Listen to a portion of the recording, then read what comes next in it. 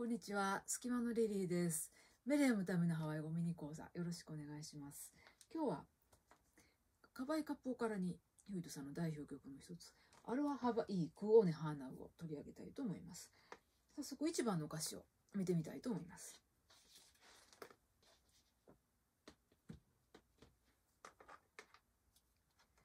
まず私の訳をご紹介したいと思います。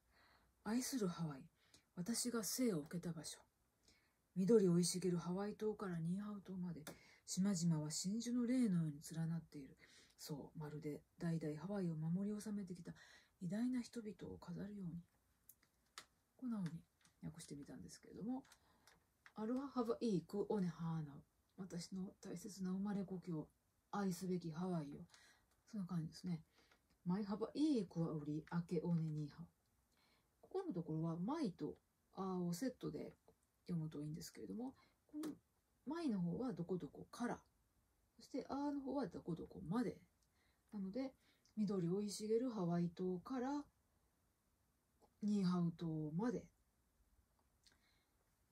東のハワイ島からこう西のニーハウ島まで、ハワイの島々、こう連なる島々をこうぐーっと鳥の目線で眺めてるような、そんな感じがありますね。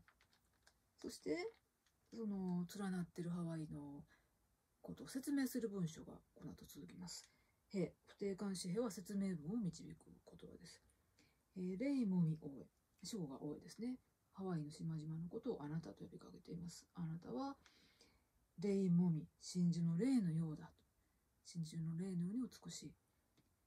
そしてベヒのナーラニ、こののは何々のためのと訳しているんですけれども、ナーラニ、ラニたちのための飾り、勲章のように美しい島々だと。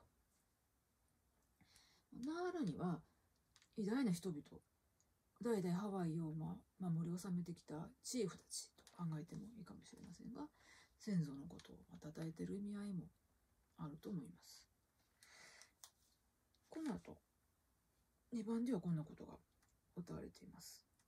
すくすくと育つカロ、タロイモですね。それはハワイの人々に与えられた素晴らしき食べ物。ハーロアの芽生えが永遠に命をつないでいきますように。ハーロア、突然出てくるんですけれども、ここではハワイの創世神話、コムリッポで語られているハワイの人々の祖先とタロイモとのつながり、そのあたりのことが歌われてるんですね。今度3番ではこんなことも歌われています。流れ落ちる滝の水といえば、天から下界へともたらされる。そしてあのそびえ立つ山の頂にも、偉大なる水。それはカーネの力そのものである命の源。四大神の一つ、カーネのことが歌われているんですけれども、カーネの水、カーネが司るハワイの水の循環のことが歌われているんですね。こんな風にいくつかの神話がベースになっているアロハワイクオネハーナンなんですけれども、ズーム講座の方ではそのあたりの神話の話なんかもご紹介しながら、この歌に込められている世界観を皆さんで楽しんでみたいなと思っています。よかったらそちらの方も興味のある方受けていただけたら嬉しいです。メレのためのハワイ語ミニ講座終わります。